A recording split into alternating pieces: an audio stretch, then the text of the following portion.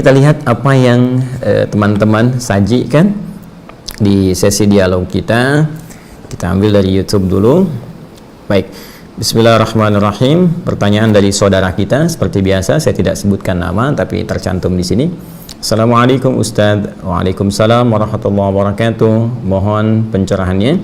Untuk korban seperti hewan kambing, apa harus menunggu hewan tersebut umurnya sudah dewasa untuk disembelih? Dan minimal berapa umur hewan agar bisa dikorbankan? Mohon petunjuk, jazakallahu khair. Petunjuk kita mohonkan kepada Allah Subhanahu wa taala. Dari situ kemudian kita lacak pada keterangan Rasulullah SAW yang menyampaikan secara detail pesan-pesan dan petunjuk Allah Subhanahu wa taala yang diteruskan untuk sampai kepada kita hamba-hamba Allah dan umat Nabi Muhammad SAW. Untuk melacak keterangan Nabi SAW, kita kembali kepada kitab-kitab hadis yang merangkum keterangan Rasulullah yang bisa kita akses. Di antara pertanyaan Anda ini, kita bisa temukan di antaranya dalam hadis riwayat Muslim, nomor hadis 1963. Ya, riwayatnya bersumber dari sahabat Jabir radhiyallahu taala anhu, anin Nabi sallallahu alaihi wasallam, dari Nabi sallallahu alaihi wasallam qala, beliau bersabda, la tadhbahu illa musinnatan. Janganlah kalian menyembelih hewan, ya. Ini dalam konteks yang khusus untuk berkurban. Ya, illa musinnatan, kecuali hewan itu sudah cukup umurnya. Ya, cukup usianya. Baik, jadi ini keterangan yang pertama yang bersumber dari Nabi SAW. Teruskan, illa an ya'sura alaikum, kecuali jika engkau memang benar-benar sulit tidak menemukan hewan dengan umur yang telah ditetapkan ini, maka fatadhbahu jaza'atan minad dha'ni, maka silahkan Anda sembelih hewan yang di bawah umur yang telah ditetapkan ini. Kalau kambing muda, kan, domba muda, demikian sapi atau unta, ya, dengan kondisi yang kasuistis tertentu saja. Baik, sekarang pertanyaannya, berapa batasan umur yang ditetapkan ini? Kita lacak kemudian keterangan para ulama, khususnya para ulama-ulama yang menjadi rujukan, ya, bintang di dalam kajian-kajian fiqih yang menelaah dengan sangat teliti keterangan Nabi Sallallahu Alaihi Wasallam. Menurut para ulama, ini dibagi ke dalam 3 bagian. Jadi ada hewan jenis kambing dan domba, ada hewan seperti sapi dan kerbau, ada hewan unta. Ya, terkait dengan kambing ini, kita bisa lacak keterangan para ulama. Mereka membatasi usia kambing, domba dan sejenisnya, yaitu sudah masuk 1 tahun, ya, mau ke tahun kedua. Jadi usia setahun masuk ke tahun kedua. Jadi paling minimal setahun lah, ya, setahun, kemudian dia akan masuk tahun kedua. Ini batas untuk hewan kambing dan domba. Ya, memang ada dari fikih Hanafi dan Hambali yang mengkhususkan untuk domba itu boleh usia 6 sampai 7 bulan. Tapi umumnya yang disepakati, ya, mengambil batas paling amannya usia setahun masuk tahun kedua. Kemudian untuk hewan sapi, kerbau, itu di usia 2 tahun masuk tahun ketiga. Ya, ada yang mengambil bulatnya aja usia 3 tahun gitu, ya. Namun batas minimalnya, karena tadi Anda tanyakan minimal, bisa dikatakan tahun kedua masuk tahun ketiga. Ya, kalau ingin yang ambil jalur aman, boleh kemudian yang usia 3 tahun. Tapi kalau sulit menemukan yang itu, maka diambil jalur minimal usia 2 tahun masuk ke 3. Sedangkan untuk hewan unta, nah ini mungkin di kita, khususnya di wilayah Indonesia sekitarannya atau tropis pada umumnya, tidak biasa berkorban unta. Mungkin ini kebanyakan di Timur Tengah, atau hewan-hewan yang kemudian bisa tumbuh berkembang di iklim yang serupa dengan itu. Maka batasan unta disepakati 5 tahun. Ya, jadi kalau kita ambil 1 masuk tahun kedua, 2 masuk tahun ketiga, kemudian yang terakhir unta 5 tahun. Ingat ya, kambing, ya, usia setahun masuk tahun kedua, kerbau atau sapi usia 2 tahun masuk tahun ketiga, atau kalau mau ambil bulat 3 tahun, kemudian unta usia 5 tahun. Nah, dari kondisi ini, kalau sudah ditemukan tidak cukup sampai ke umur, cek lagi kondisi fisik, ya, karena nanti ada hadis Nabi Sallallahu Alaihi Wasallam yang disampaikan dari Al-Bara bin Azib. Ya, ini juga diriwayatkan oleh Imam Abu Daud, sangat spesifik menunjuk pada hewan-hewan yang dibenarkan untuk ditunaikan ibadah kurban. Ya, apa diantara hewan-hewan itu? Ada 4 kategori, arba'un. Ya, arba'un la yajuzu fihi al-adahi. Ya, kata Nabi SAW, ada 4 kondisi yang tidak diperkenankan. 4 kondisi ini hewan yang memiliki 4 kondisi ini untuk dijadikan hewan kurban. Ya, apa saja? Pertama, al-aura, bayyinun auruha. Pertama, al-aura. Mohon maaf sekali, hewan yang matanya buta, ya, picak gitu kan.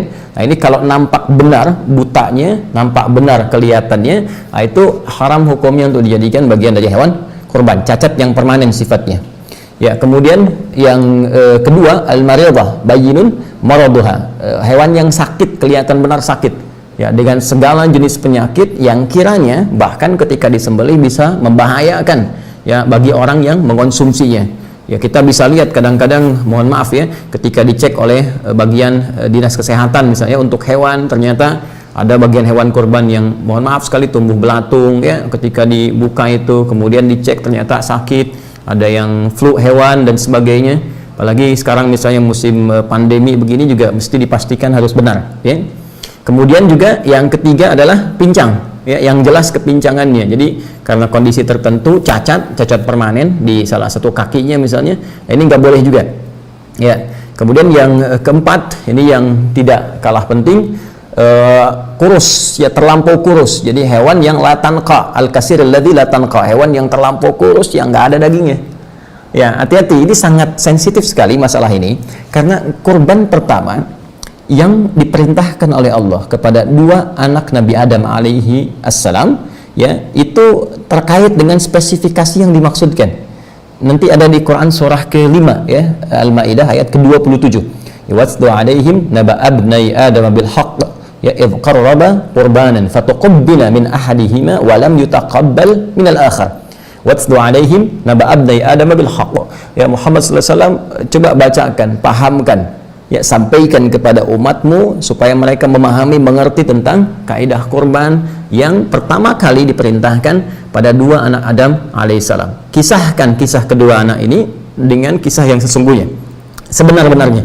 Ya, kenapa ada kalimat bil haqq itu ya? Karena memang banyak versi Israiliyat yang menceritakan kisah pengorbanan ini dengan kisah-kisah yang terlampau jauh dari kebenaran. Karena itu diminta Rasulullah SAW untuk meluruskan kembali sehingga kisahnya bisa benar. Di antara yang paling penting pada kisah ini adalah idh qarraba qurbana, ketika keduanya diperintahkan oleh Allah untuk menghadirkan kurban demi menyampaikan hasil putusan ya dari keinginan keduanya untuk bisa menikahi salah satu pasangan yang diperselisihkan. Ya, telah ditetapkan yang satu secara silang, kan? A kemudian ke C, B kemudian ke D, tapi ternyata yang A menginginkan pasangan yang berbeda, sehingga di situ dimintakan oleh Allah Subhanahu wa taala, ayo berikhtiar kalau begitu. Ya, nanti yang paling serius, yang paling benar, yang paling bagus takwanya, dia bisa mendapatkan apa yang dia inginkan. Ikhtiarnya dengan apa? Kurban. Nah, karena itu kurban ini teman-teman sekalian menjadi sebuah wasilah untuk berikhtiar supaya kita mendekat kepada Allah, yang dengan pendekatan itu, ini salah satu hikmahnya, kita bisa bermohon, dan permohonan kita itu akan terjadi percepatan dalam pengabulannya. Ya, kalau saya sedikit lompat sebentar, ya, kurban itu salah satu wasilah takwa. Ya, salah satu wasilah takwa, karena nanti di ayat lain di Quran surah ke-22 Al-Hajj ketika Allah berfirman la yanalallaha luhumuha wala dima'uha walakin yanaluhu taqwa minkum. Ya, yang sampai kepada Allah bukan darahnya, bukan dagingnya dari korban itu, tetapi ketakwaan Anda. Ya, takwa itu menunjuk pada kesungguhannya, keseriusannya. Nah, jadi nanti yang dilihat dari 2 anak cucu Adam ini, ya, jadi bukan sekedar apa yang dikorbankan, tapi keseriusan yang menjadi gambaran dari nilai takwa yang tersemai di dalam jiwa. Nah, apa yang nampak itu? Fatuqabbala min ahadihima wa lam yutaqabbal min al-akhar. Maka dari ciri takwa ini kelihatan, satu kata Allah diterima, yang benar-benar menghadirkan nilai takwa ketika berkorban, yang satu lagi ditolak. Ketika ditelusuri kemudian kisahnya, ternyata yang diterima ini, Masya Allah, dia punya hewan ternak. Kemudian dari sekian hewan ternak itu ada di antara hewan yang sangat dia sayangi, berikan perhatian, jadi gemuk yang paling bagus ya, dagingnya paling bagus, yang paling gemuk, yang paling bersih. Nah, itu yang dia pilih untuk dikorbankan. Ya, itu yang dia ajukan. Sementara yang satu lagi, dia punya perkebunan. Dari hasil kebunnya itu, ternyata dia berpikirnya begini, ya, seperti kelihatan logis, padahal dalam nalar syariat ini tidak masuk. Ya, seperti kelihatan logis dalam akal pikiran, padahal dalam nalar syariat ini tidak masuk.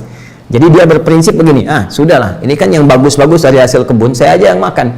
Toh Allah nggak akan makan ini, jadi saya kasih yang jelek-jeleknya aja. Dia korbankan yang jeleknya, ya, dengan asumsi bahwa Allah nggak makan, Allah nggak minum, Allah nggak butuh ini. Yang butuh penting gitu kan, saya korban. Ternyata prinsip yang seperti ini tidak mendapatkan penerimaan di sisi Allah Subhanahu wa Ta'ala. Sampai muncul penegasan, hey, ini hewan paling bagus pun yang sampai pada Allah bukan hewannya. Memang betul, bukan hewannya, bukan darahnya, tapi kesungguhan engkau dalam mempersembahkan itu. Ya, kesungguhan engkau dalam menyiapkan itu. Kamu nggak sungguh-sungguh nih. Korban kamu cuma yang jelek-jelek, korban kamu nggak bernilai, nggak ada kualitasnya. Maka diterimalah yang satu yang serius, yang ini ditolak. Dari sinilah kemudian muncul syariat kemudian sampai kepada kita untuk menunjukkan kesungguhan dalam berkorban. Jadi jangan sampai begini, cari yang biasa-biasa, apalagi punya aib yang 4 tadi, ya. Karena ini murah misalnya, ambil. Ini yang pincang aja, harganya diskon 50%. Nah, itu nggak bisa. Ya, maka orang-orang yang berkorban dari hasil-hasil yang tidak baik, maka sudah pasti tidak akan mendapatkan penerimaan dan tempat di sisi Allah Subhanahu wa Ta'ala. Termasuk dikiaskan kepada harta yang dibelanjakan untuk korbannya. Ini juga menjadi penting. Ya, awas, hati-hati, uang hasil korupsi nggak boleh pakai kurban.